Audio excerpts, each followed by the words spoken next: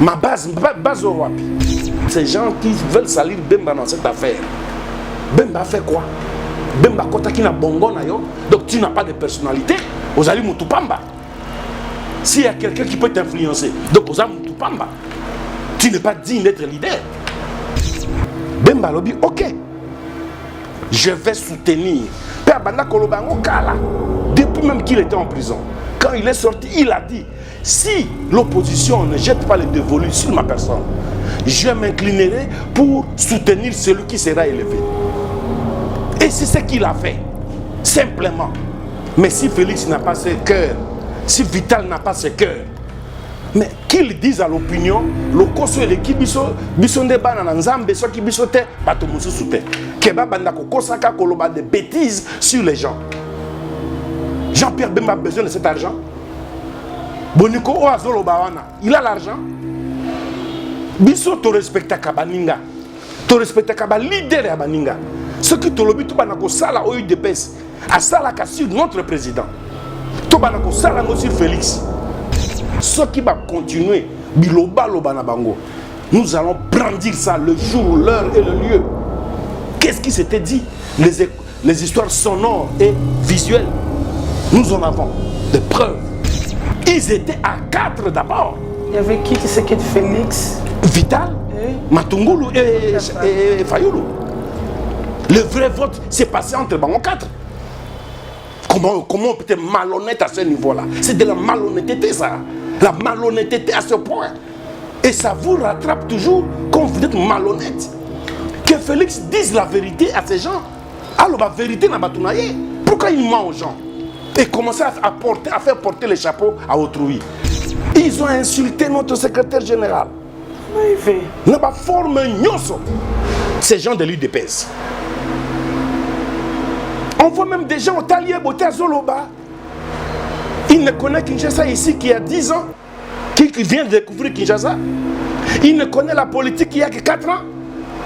Mais la grande gueule. Non, c'est ça le grand malheur.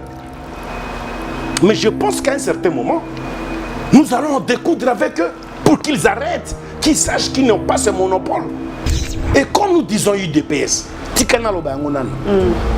ce n'est pas Étienne Tshisekedi. UDPS, c'est ça qui a Kiba Samaliba, Bambouakiem, Birindoa, Maître Mukendi, Corneille Moulumba, François Mwamba. Ce n'est pas l'UDPS que vous voyez aujourd'hui. Ceux qui ont la prétention à Koloa Babunda, 36 ans, 38 ans, ils allaient Bangote, ils allaient Félix une équipe Newanate. Ils étaient des petits-enfants qui ne savaient rien de la politique. Si tu as ce moko, Afrique Info avec Franck Stemay, Yandankala. Tu as signé en âme et conscience. Et ce qu'on t'a dit, papier, ce qui m'a au signé papier. Donc tu es illettré ou bien intellectuel? Boni mbalamoko sutuka. Oh non, base nanga lobby boye. Mais c'est de l'aventure, et je m'en moque. Pourquoi on n'est pas sportif dans la vie? Il y avait un critérium là-bas. Bazalaki qu'on a un critérium ezalaki. Ceux qui ont rempli le critère on a fait. Batobatia yo pour moi en Nzambe. Comment soyons sérieux? En quoi Félix est plus que Fayou? En quoi? Dites-nous en quoi? Non, tout ça quand même, surtout humilité na Mokili. C'est ça nous conduit à toutes ces bêtises, à cette folie.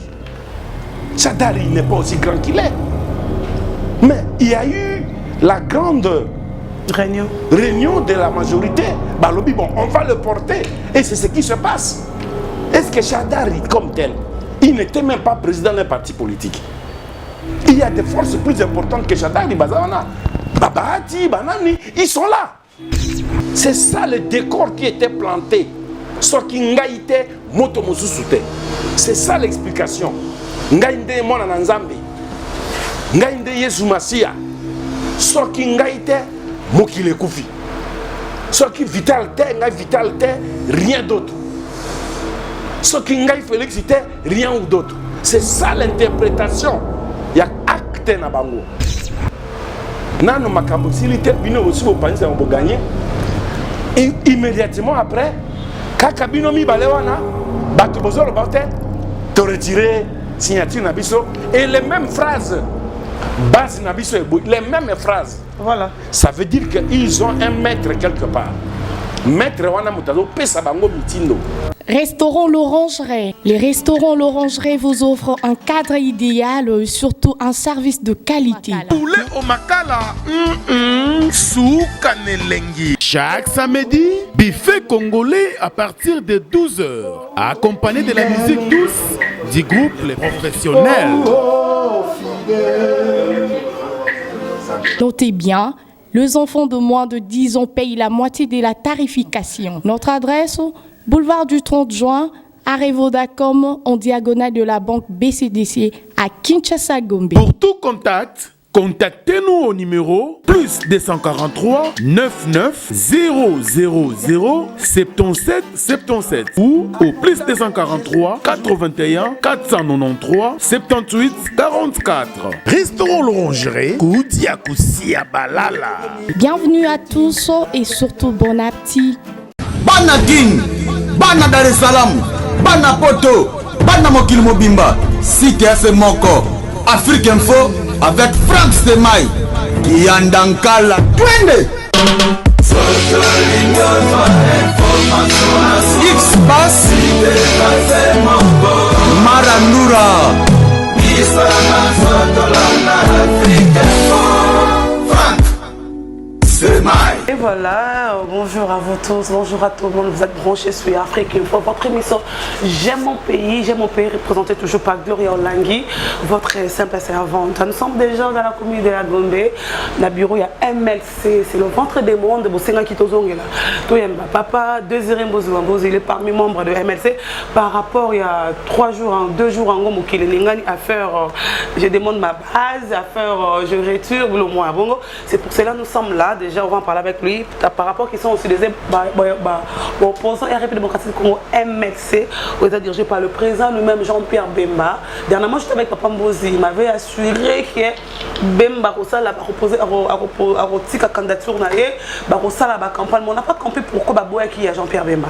Bon, à part ça, les lots Oyo, c'est un candidat unique qu'on appelle le monsieur Martin Faoul. On n'a pas compris qui a monsieur Victor Caméra point de vue Félix Tshisekedi a dit que par rapport il y a parti naé au sein de la pourquoi opposants basant la banque connecté comme les gens disent opposants dirait qu'il le consomme de ça la banque tout le monde a un leader c'est pour cela ngambo a benga ka majorité zo lika bango si Château il est avec moi regarder au fond la caméra tout le monde a moto to mbé bino na poko lelo marqué mbula to sali ka mosala ko déplacer vers papa Désiré Mbozouamboz. Bon après-midi. Pareillement madame. Nicole Belé, tout mon anité. Voilà, toi on le on débat biso vers toi les sous vers par rapport au mboko côté moi non avant to kota wana bonisa ngo ya mwana mboka Jean-Pierre Bemba. Kimia kolongo nu azali malam. Azali malam pe na sengi na ba internaute nyoso bayamba mbote. Oyo euti e pa na yeme somi ekolo kumu ya Congo. Mwana mboka Jean-Pierre Bemba Gombo prophète politique maître d'école. Boyamba mbote na ye uta Bruxelles.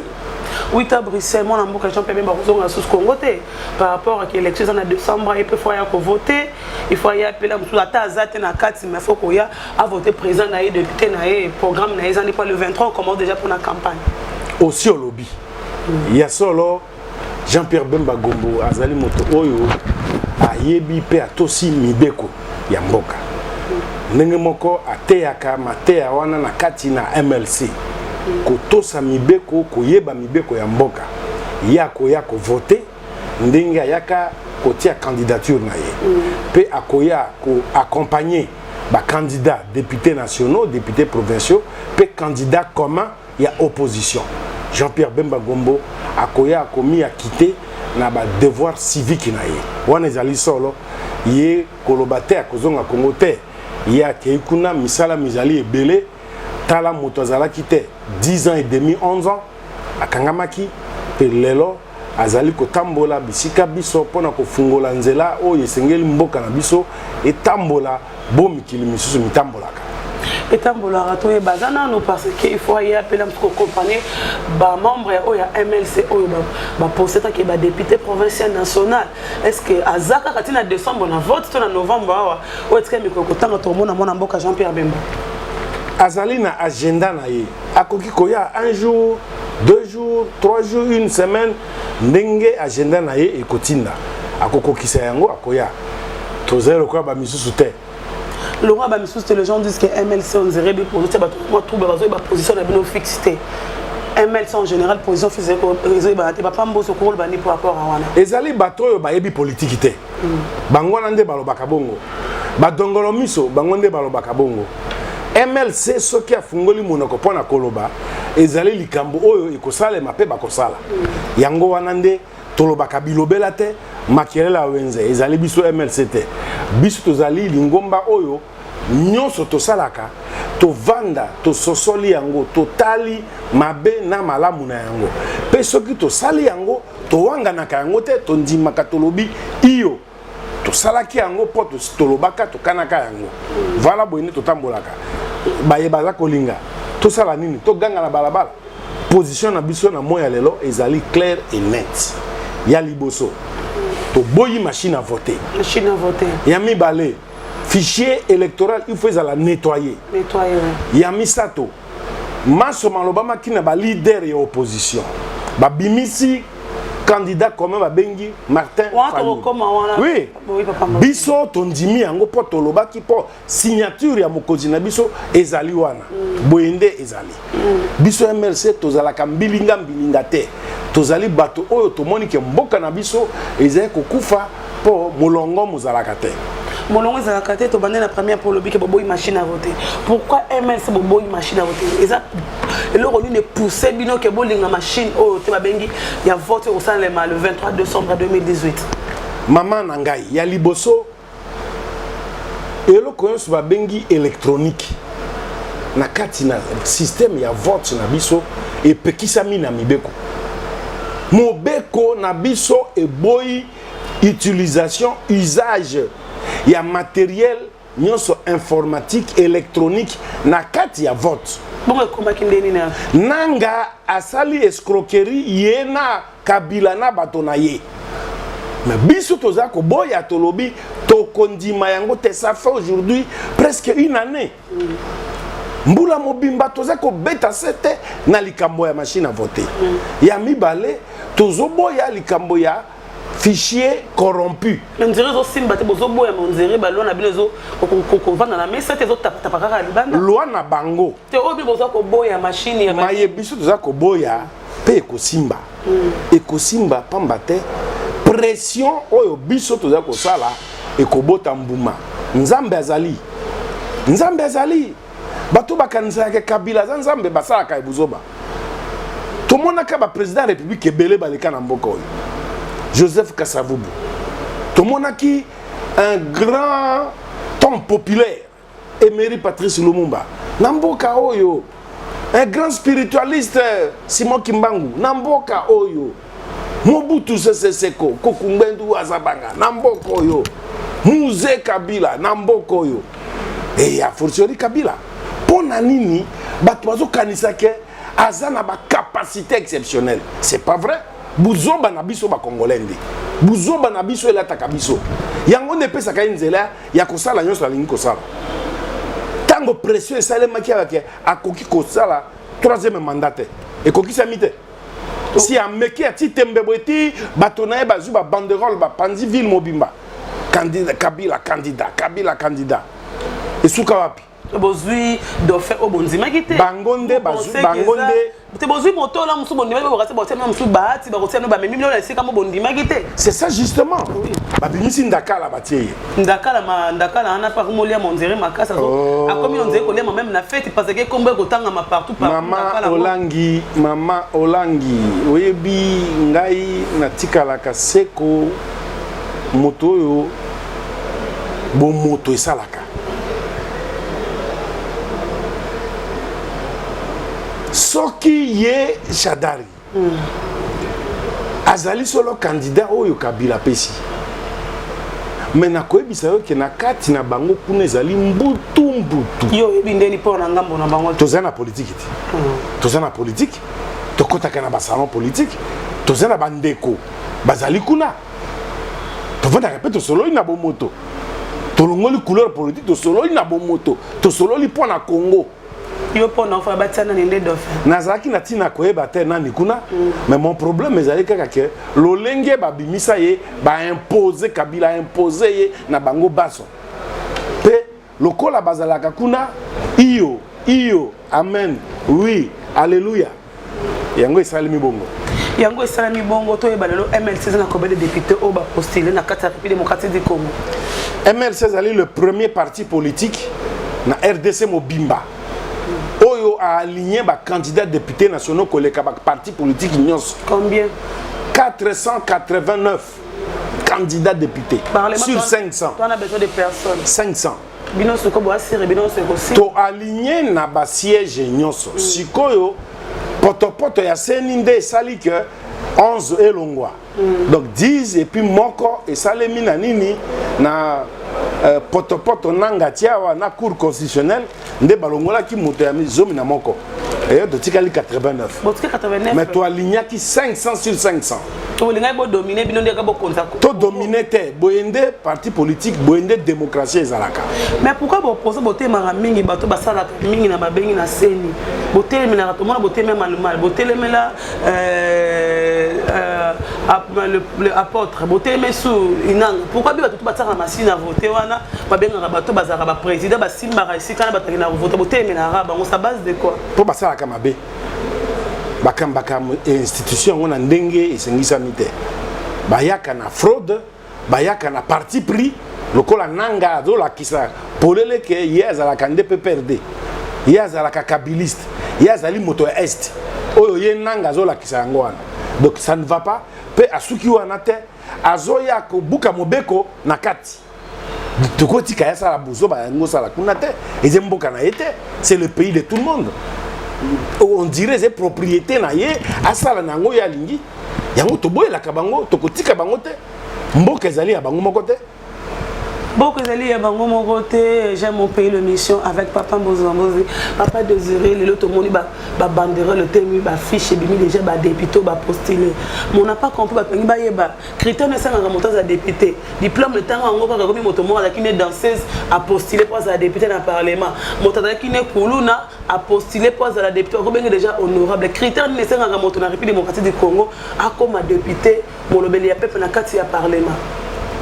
Ba critère ezali sokotali na bandela mikanda oyo basenga ka bato ba remplir ba fiche wana ezalaka na ba niveau d'étude na kati pe ba koyebisa il faut un niveau d'étude au moins ya graduat mais mawa na système ya Kabila awa bandi nyonso alingi koya ye mosala etikali moko na RDC mosala ya politique. Ils ont la facilité. Pour kuna lokuta buzoba avec Kabila ici poto nyonso na régime oyo n'importe qui a kokoya tina wana ozomona bato moto nyonso akoma ba wana na politique oyo yebaki yeboye ye wana atelemi pe azolobaka politique tina ozomona surtout so tali na ba réseaux sociaux oyoki ma oseki moto nyonso akomi analyste politique ayeba tina na likambo te ye wana pa atie na kati okomona pa kolakisa yo que vulgarité c'est-à-dire boyinga tope bo kozanga koyeba ikoti mingi na vie politique eza na ba parti politique ba komisa réseaux sociaux et sika kaka kobimisaka makama lokuta na kombo ya bato lokuta na kombo ya bato réseaux sociaux elongwe na valeur na yango et comme ici ka ko finga bato okomona ba communicateur de personnes déçues de personnes vie comme incertaine ba mikot sabena ba parti politique mosana na bango ba sombela ka bango ba méga avandi kuna ko finga bato aibe petit na likamazolo bate soko tunie malamu ayeba te na moni sika mosusu ba mama moko bazolo ba hote yo sio kama masasi yeso yo kalo kita masasi yazo mona yangonde lokumu na ye yende akomi spécialiste en quoi na habité tala buzoba izana kati ce n'est plus le niveau ce qui batie makamra ba niveau pour comme député ezali important pour ezali bo moi ya bato belé makambo bino bokena ko sala kuna ezali pour Congo mobimba bazala malamu 60 millions d'habitants baye bakotambola na mokili ndenge nzambe akelaki mokili ndenge ba mikili mususu ezalaka. Mais hélas mawa Fidel na Kabila ba memela biso lolenge moko ya politique ya bato oyo mutuna makolo yebani te azalaki wapi ayebi te politique yango pe azoyeba te ya koma kaka batindaka ye chakua kene kolobaka buzoba makambo ezanga mutuna makolo. Voilà, c'est ça le grand malheur. Critères ezali mais malheureusement na régime ya Fidel critères ezana tinate.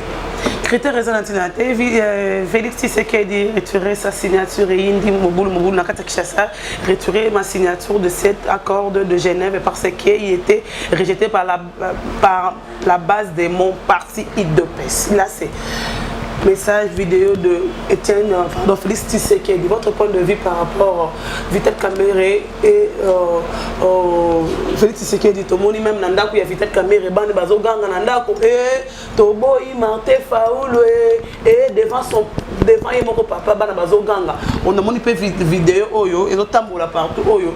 Félix Tshisekedi a sali que a retiré signature naé parce que parti naé ils ont été d'accord naé té. Papa Mbozo votre point de vue par rapport à Yango makamoleka ina Genève mais a comme boulu yeke na kati ya ba oppose. Boulu yeke zalite.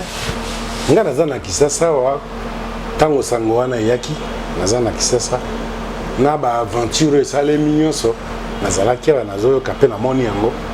Mama Olangi oyebi ba biloko mondela sali oyo ba ordinateur ba réseaux sociaux ba internet et comme si biso lokola moi ba nyama okoki kozwa bato misato 3 personnes hein 3 ba continue ngana to solo la boy ba gangia wana kati ya pièce kamati opanzi na réseaux sociaux lobby bato ozo kangai soki na yebisio nombre ya bato bazolo ba base oyo bazalaki liboso ya siège ya UNC sur l'avenue enseignement en diagonale no ya biso ya MLC so tali nombre ya bato yango osekina koseka nga naza curieux nakendeki na siège na biso ngango na tala banani ba un enseignement na tala banani bango ba bi base sopani kuna une dizaine de personnes lolenge moko bazaki na UDPS une dizaine de personnes bakamati pine batumbi eloko monsieur ezalaki te non soyons sérieux bango moko ba mesana ko sala ba aventure kanisa kaka oyo le kanaki na eloko oyo ya kojo accord ya kanchachi o ya oya lisusu le kanaki na Senko ce sont là bango ba acteur yango bango wana ti bato basala ki ba aventure kuna bango wana mama na ngai tala na kosenga na peuple congolais tokola une bonne fois pour toutes bana bakoko na biso bakosambisa ka biso mokolo mosusu bakoseka biso bakotiola biso un jour il y a rien ezaka kama ba aventure bazosala kotiaka ko poster yango lokola réseaux sociaux mise komona kaka il y a pas eu cette agitation qu'on raconte. Bango moko certainement ba bengi bato na bango bato debo kende kuna bosala boy. Mais comment hypocrisie ya bongo bondimi ko sala loko après comme ma partie mon soeur comme que ma femme m'a dit que ceux qui na télé boko na ngate ngane libale sili ça base de quoi vous montez beaucoup comme zo baba congolais. Mais oui maman Olangi est comme ridicule et comme soni bato bato tiola bango likambo c'est comme oui na linga kina sala boy mais base. Je demande ma base. Comme non, je vais me référer à ma base ne veut pas. J'avais signé, mon sous-alobi a signé un certificat de mariage, mais base ne a retiré signature. Donc il va les coups. Au moment que les camboso que zali à ONZ, et Zouakapé et Koka na ONZ, c'est-à-dire les a valeur te. Et là quand on commis balé wana basali. Et puis singa mawa mingi na vanda la Vital Kamerhe Tshisekedi Vital na Tshisekedi na vandi na ndako na zotala bango na télévision donc otisi bana na makambo yo komema bana na buzoba bana bazali na likambo na bino te hein omoni bakoko baloba soki kombo na moto na monoko na bato batangi moto mbala mingi Moi non balakisaka ye misapi. Ceux qui balakisaka ye misapi. Likambo eza na se. Tout ce temps tovania wana kati ya makambo ya biso ya opposition. Opinion congolaise. Et la kisi vital man misapi mingi. Balobi mingi bazo bangela ye. Félix balakisi ye misapi mingi. Bato balobi bazo bangela ye. Bango mibale wana. Petala yango ekokisami. Tala mama Olangi. Mokolo tozalaki na espace triomphal. Oyo meeting ya opposition et salemaki. Kamata image yango zongela kolanda. Tango Félix atelemaki.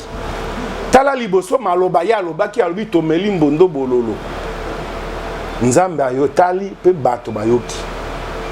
Oyo akotrahir. Pe abakisi alobi tolobi to sengi pe na base. Bati kaka kotia pression na ba leader bakambi na bango. Félix na monoko na ye. Po yebaki ke base bazalaka nécessairement na vision te. Vision ezalinde na yo leader. Vision na yo okokamata yango omemeli bango pesi bango tei bango ti bakozonga na molongo. Boyende leader azalaka. Mais ce qui yo leader okomi yo zalaka na vision te. Base nde eyaka, c'est ce qu'on appelle la rue. La rue et lobby a fait ceci au sali. Zonga boy. Rue à réfléchir te, rue est na vision te, yonde oza na vision oko encadrer, oko canaliser yango comme ma bateau na démarche na makanisi na yo. Mais le contraire n'existe pas en politique. Visionnaire moto quoi na ba église. Pasteur oyo azaï na vision na par exemple repentance. Na église neso okei okoyo kamate ya kaka ya repentance. Pe bandimi wana bakokoma bato oyo repentance eza kati na bango. Tala lokola ndeko na biso Fernando Coutinho na kopesa mbote pa zwami. Mutu aya na vision ya prospérité na kati ya église de réveil. Ye mutu abandi masolo ya prospérité na enseignement na ye. Masolo ya ko semer semence na enseignement na ye. Et ça le maki que et pas inaye bato ba développer esprit ya prospérité. Ndenge moko ndoina yo molimo na epi maboto mama Olangi yepe pa inaye ezalaki nini délivrance. Kuna pa inaye combat spirituel. Et c'est ça un visionnaire, un leader. Boni boni yo leader. Ma base. Au signé mikanda partout. Au sali même meeting au lobby na monoko na yo. Au kebisi même base o wana. Boni boni mbala moko sutuka. Oh non, base na ngai lobby boye. Mais c'est de l'aventure. De l'aventure. Et je m'en moque. Si c'est ça la politique qu'on veut faire, et alors c'est dommage. Dengue moko lelo. Comment na monta lobby soki ça limite ngana tiki politique lobby yewana osa politique c'est de l'aventure. Vital est la même chose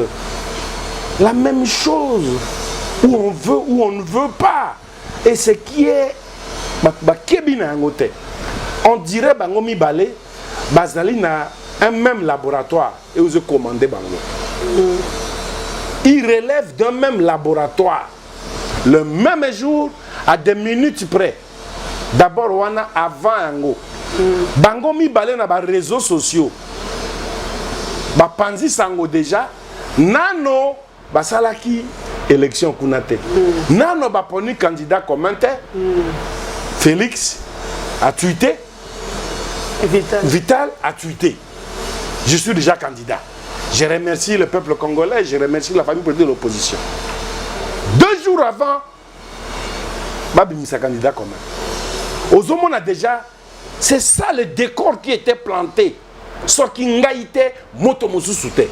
C'est ça l'explication. Ngaïnde mona na Nzambe. Ngaïnde Yesu Masia. Soki ngaïte mokile kufi.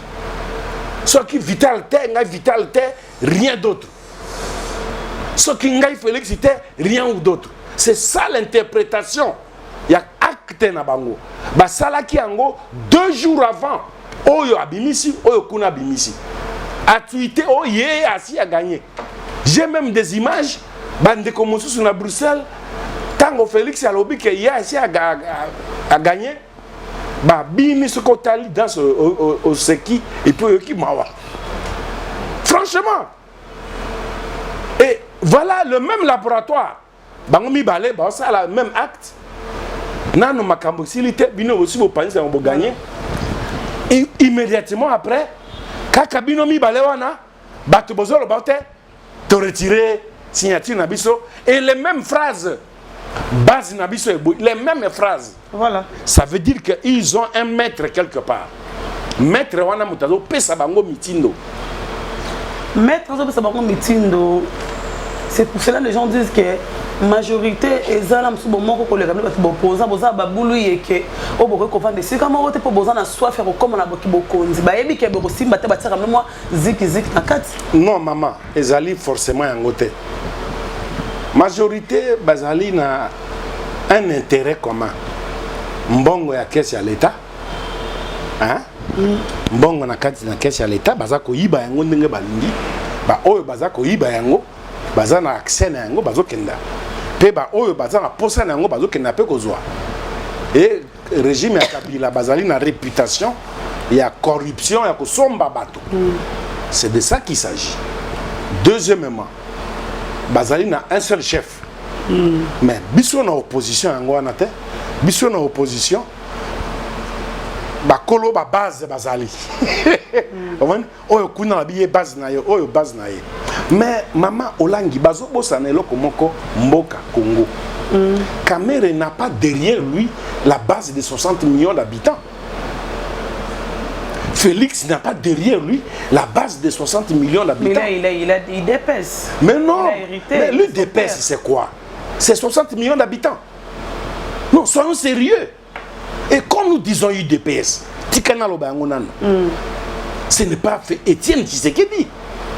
UDPS, c'est qui a Bakiba Samaliba, Bambouakiem, Babirindwa, Maître Mukendi, Corneille Moulumba, François Mwamba.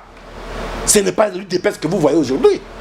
Ceux qui ont la prétention à Koloa Babunda, 36 ans, 38 ans, ils allaient Bangote, ils allaient Félix, une équipe Newanate. Ils étaient des petits-enfants qui ne savaient rien de la politique. Génération en génération. Soyons sérieux. Mais non. Puisqu'aujourd'hui, Moubake, où est Moubake dans cette affaire? Où est ma base? Où est Moubake? Où est Chibala dans cette affaire? Où est Corneille Moulumba dans cette affaire? Où est le vieux Moutanda dans cette affaire? Où est Belchika dans cette affaire? Non, soyons sérieux. Ma base au Wapi. Non, soyons sérieux. Ne racontons pas des rêveries. Biso, tu respectes ta UDPS en mémoire, il y a Etumba Oyo, papa Étienne Tshisekedi. Le pilier de cette affaire, une construction de beaucoup d'énergie. Mais ce qu'il est là, comme une histoire, il y a bateau, ils s'en servent pour s'octroyer, je ne sais quelle hauteur politique au monde. Ah, je suis désolé. Je suis désolé. Alors, désolé. Vous êtes désolé si Bemba, il était aussi parmi des gens Oyo Andima qui signé pour je retire par rapport à ma base. Votre point de vue, tant que vous êtes membre de MLC. Maman Olangi, tout supposé tout le balikambo Oyo Ezali. Mais oui, justement, je vous réponds. Na condamné Moutouté na lobby Oyo Ezali. Est-ce que na kosi que Moubake a sala IDPS naye? Est-ce que na kosi que Chibala a IDPS naye? Est-ce que na kosi que Belchika kena pena IDPS naye? Moutanda, Corneille Moulumba na kosi? C'est ça la vérité de l'UDPS. Il n'y a pas une semaine, 2 semaines. Bruno Chibala ke koyamba nani Dauphin na bango, na Mbujimai, na Kombonini. IDPS. Vrai ou faux? Je n'invente pas, je ne suppose pas, je parle de la réalité. Considérons ce qui Jean-Pierre Bemba, Jean-Pierre Bemba n'est pas là. Jean-Pierre Bemba, Kabila, na bato mosusu ya opposition, je vais vous faire une révélation.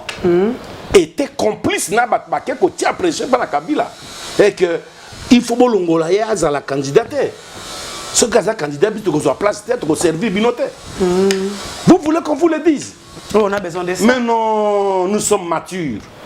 Nous sommes même matures. Toute vérité n'est pas bonne à dire. Tu sais, tu kola, tu koma mature, tu yebi ke oya saliboye, tala esika kosuka yangoyo.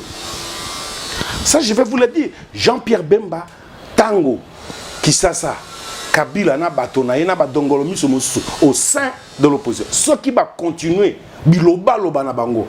Nous allons brandir ça le jour, l'heure et le lieu. Qu'est-ce qui s'était dit? Les histoires sonores et visuelles. Nous en avons des preuves. Il y a des preuves. Alors, oui. Jean-Pierre Bemba a l'acquis auteur naïe. Qu'il ne fait pas la politique pour le poste de président de la République. Il le fait pourquoi? Mais non, pour l'amour de son pays. Pour l'amour de son pays, la passion, pas la passion, l'amour de son pays. Ce qui est passionnel n'est jamais bon.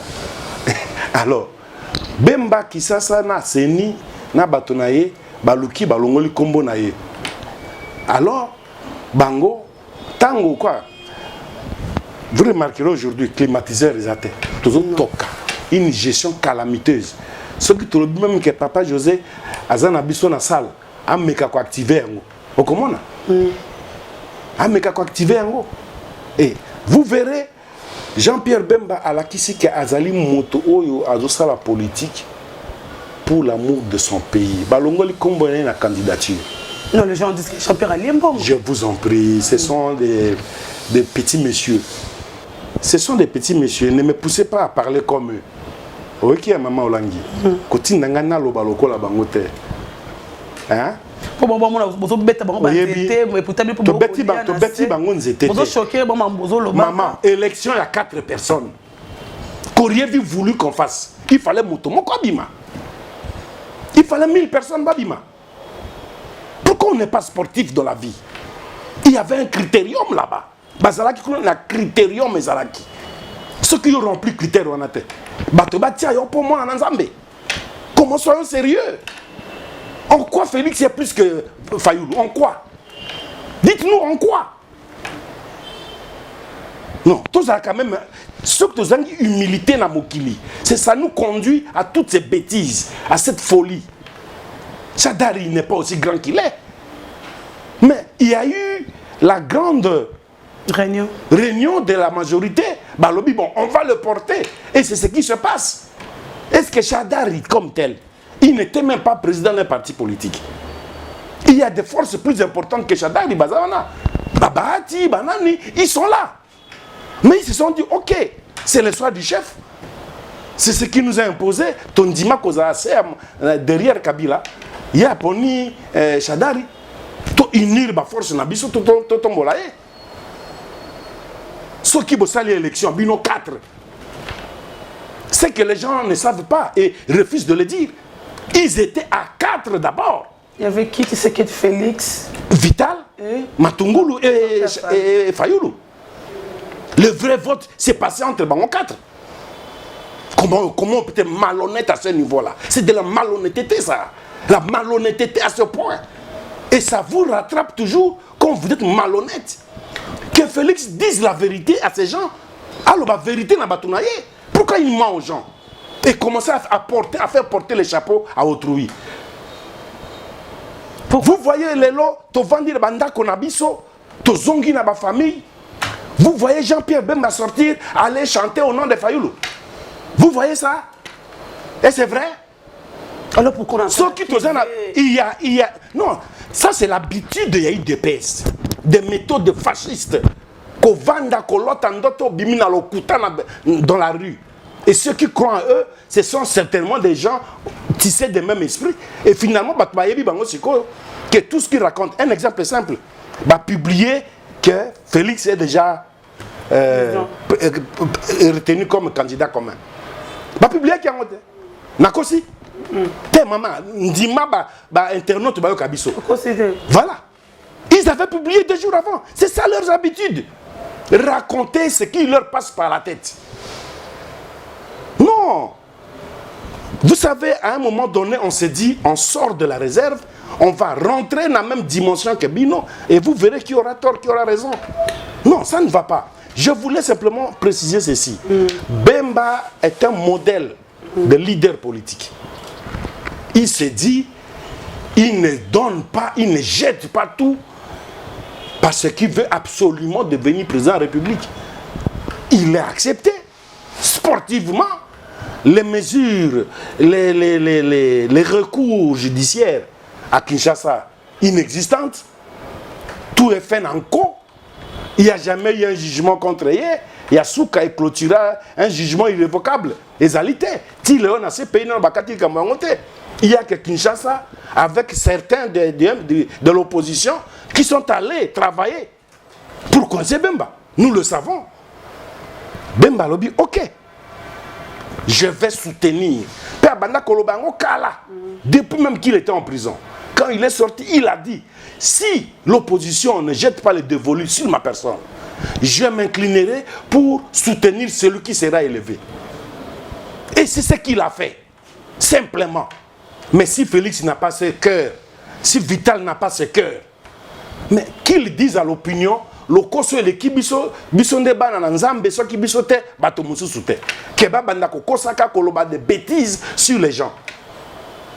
Jean-Pierre Bemba a besoin de cet argent. Boniko o azolo bawana, il a l'argent. Biso to respecta kabaninga. To respecta kaba leader ya baninga. Ce qui to lobi to bana ko sala o UDPS, a sala ka sur notre président. To bana ko sala ngo sur Félix. Je crois que... Mais non, il n'y a rien qui se passe. Il y a seulement ces gens-là de l'UDPS qui croient détenir le monopole de la politique au Congo, qui croient détenir le monopole de l'injure, le monopole du mensonge, le monopole de la violence, et qui trouvent leur vie à faire ça. Ils ne passent le temps autour de ça. Au point où même hier mon Félix a sali speech mi balé à l'obéli ba militant na bango boti kabilo koana ya ko attaquer ba leader politique mususu. Mais nous on se réserve toujours. Ce n'est pas par peur, ce n'est pas par faiblesse. Et le koni ba l'équipe sonango makasi ya nzoto to ya mayele. Mais non. Mais justement, nous sommes désolés de constater qu'ils n'arrivent pas à interdire à ces gens. Ils n'arrivent pas à le faire. Parce que Bissot vous allez ordonner. Pourquoi eux ils ne le sont pas? C'est eux, toujours Bango, toujours. Ils ont insulté notre secrétaire général. N'a pas formé Nyoso. Ces gens de l'UDPS. On voit même des gens au Talier, Boté à Zoloba. Ils ne connaissent Kinshasa ici qui a 10 ans. Qui vient de découvrir Kinshasa. Il ne connaît la politique qu'il y a que 4 ans. Mais la grande gueule. Non, c'est ça le grand malheur. Mais je pense qu'à un certain moment, nous allons découdre avec eux pour qu'ils arrêtent, qu'ils sachent qu'ils n'ont pas ce monopole. Il y a qu'à provoquer bateau, il y a qu'à finir bateau. Ils ne font que ça à longueur de journée. Sur côté des réseaux sociaux, c'est tout ce qu'ils savent faire. Qu'au finir bateau, qu'au conseiller bateau Macambo. Comme s'ils étaient des saints, alors qu'ils ne le sont pas du tout. Non, une affaire qui a concerné 4 personnes. Les 4 sont connus. Pourquoi, au lieu de l'obate, critères bominga yangoyo? Qui sont, quoi de critères qu'ils ont accepté Vital Kamerhe qui est autre, c'est que d'avoir noté Vital Kamerhe. Et là on est 5 Vital Kamerhe a du malam sous Nassé, Martin Faoul a mis le colon comme candidat comme. Maman Olangid, aux alliés journalistes, qui n'a que tout na Kamerhe, qui n'a que tout na Félix. Pour une fois, s'ils peuvent être sincères, ils vont le dire. Qui n'a que tout na bango mi balé. Pour une fois, s'ils peuvent être sincères, ils vont le dire. Ils diront pourquoi. Moi, je te dis, Tozala qui n'a triomphal tant au caméra Zuma Loba. Et là, on dit la population, non? Tant au Félix Zuma Loba. Et là, on dit Loba n'a été. Non. La vindicte populaire avait été déjà prononcée le jour du meeting. À l'endroit à Bangomi Balé. Hein? Non. Ce qui bazali bateau, oyo, bazo dépendre, baza ko relever na 1 mètre quelque part terre. Basa la amende honorable. Bazonge la signature na bango. Bon moto, quand on dit le respect de la parole donnée. Nan on a niveau à Maloba, on te demande, la noblesse exige ça. Le respect de la parole donnée. Au comité à niveau à signature, c'est encore beaucoup plus grave que au régner en 24 heures après pour dire Yako Sakingai, Yako Sakingai. Non. Tango Adam lobaki na Nzambe lobi Eva mutako singai. Nzambe epanyaki Adam. Il a puni Adam. C'est à toi que j'avais donné la loi. C'est à toi, c'est dans ton cœur que j'ai sémé la conscience. Félix Alongo Awa, à quoi tu avions librement. À Komi Poto Belgique, ceux qui Paris, ceux qui Wapi librement. Tu as que Genève librement. Oya Kengaki Lobo connaît na makasa signé nani. Et un parti politique organisé, ordonné. Biso Awa na Kisasa na MLC. Bemba Benga Biso na téléphone. Il a échangé avec tout le monde. Bureau politique et siège qui communiquer les cas qui na télévision CG Bazaïba le dimanche 4 novembre. Azoye Bisabato. Bureau politique, comité exécutif national, collège des fondateurs. Toyei, dans la salle qui est derrière moi ici, et le président échangeait avec tout le monde. Oyo, par rapport à la réunion, alors, ce qui est Félix a fonctionné qu'à partir d'un bon côté, il n'a qu'à s'en prendre à lui-même. Ce qui Vitel a fonctionné qu'à partir d'un bon côté, il n'a qu'à s'en prendre à lui-même. Que de chercher des puces ailleurs. Ce qui batobaz à la canne appartient des gens sérieux. Mais benginde ye babidi monsieur yondo sakana biso. Tu as signé en âme et conscience. Et ce qu'on t'a li en papier na so mi balé ce qui mi sat au signer papier. Donc tu es illettré ou bien intellectuel. Avant de signer le document, tu fais quoi? Tu dois lire. Tu dois lire. Tu dois relire encore. Tu lis, tu relis. Tu peux me dire aux gens, attendez, nakena sur la base nangai, bon na ko signer. Ça se fait. Olandaka Musée Kabila, alobi na Utenika. Balobi Mobutu a signé que à Tiki. Et alors Mobutu a dit, attendez, je vais demander à ma femme.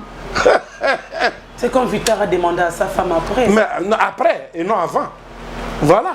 Mobutu, dans son état de grande maladie, a eu le réflexe de poser la question à sa femme avant de signer. Pourquoi est-ce qu'elle ne le ferait pas? Lorsqu'ils sont dans leur marché, c'est bon. Si ça échoue, il se souvient de la base.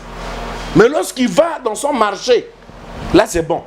Si ça réussit, la base ne sera pas informée. Papa Mboz ne sont pas arrivés à la fin, on le savoir. Non, ce qui choque, hein, oui, c'est Kolukako, salir bateau. Comme j'entends ces gens qui veulent salir Bemba dans cette affaire. Bemba fait quoi? Bemba kota ki na bongo na yo. Donc tu n'as pas de personnalité. Ozali Mutupamba. S'il y a quelqu'un qui peut t'influencer, donc Ozali Mutupamba.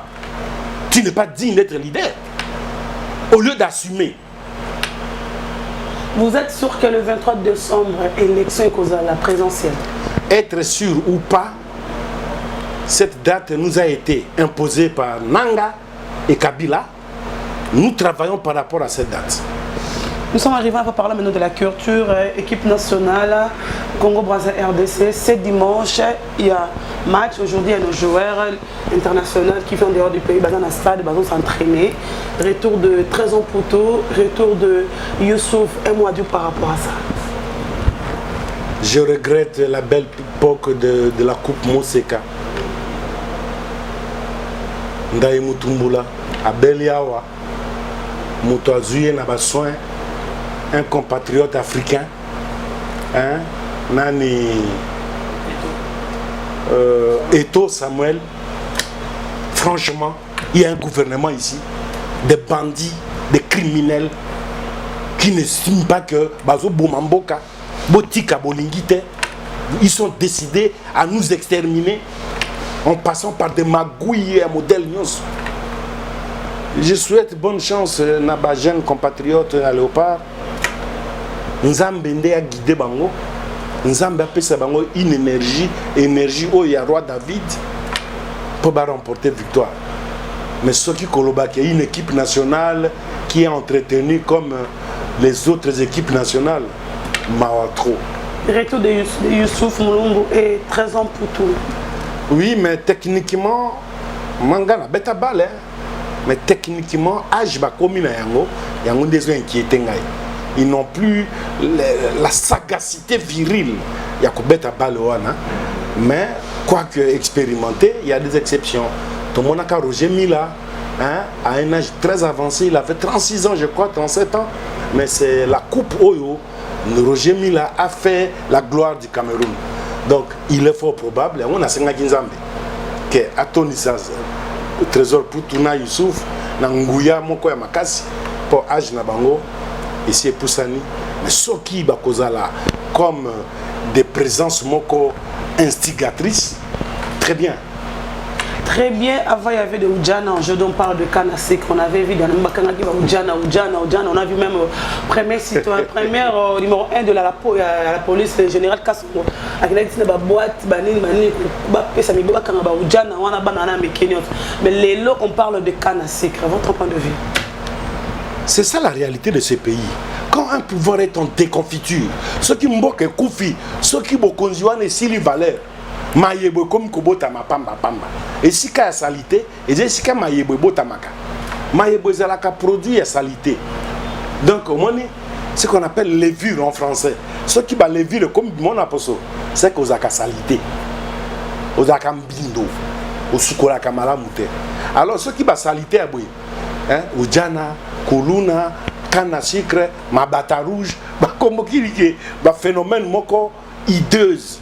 Hideux. Ils ont bimanakat na mboka ba makambo moko ya salité ya munyama ils ont botama na mboka eli koloba bokonzi ezalité Kabila atika yena bato na ye batika mboko kimia.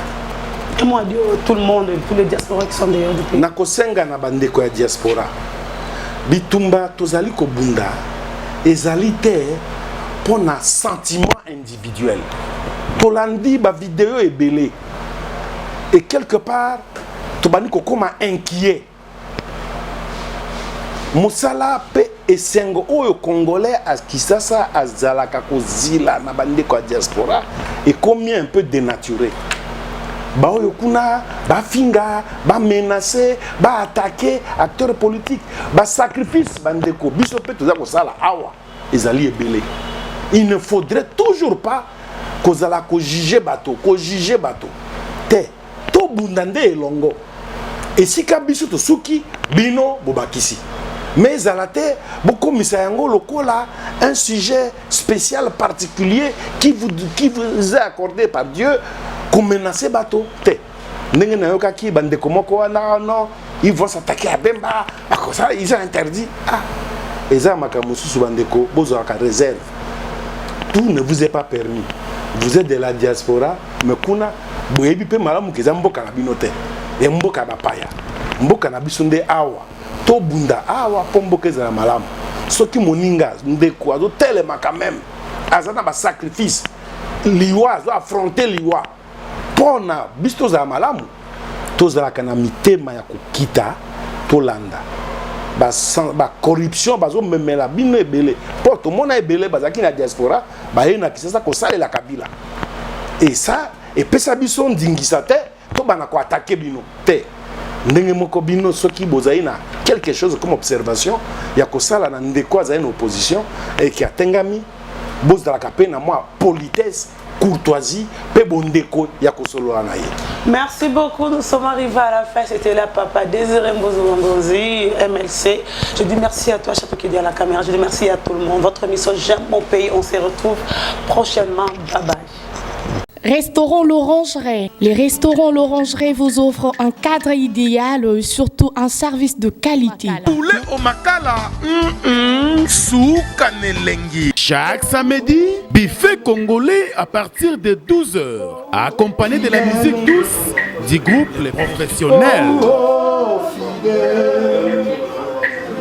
Notez bien, les enfants de moins de 10 ans payent la moitié de la tarification. Notre adresse, Boulevard du 30 juin, à Revodacom en diagonale de la banque BCDC à Kinshasa Gombe. Pour tout contact, contactez-nous au numéro plus 243 99 000 77 77 ou au plus 243 81 493 78 44. Restaurant l'Orangerie, Koudia Koussia Balala. Bienvenue à tous et surtout bon appétit.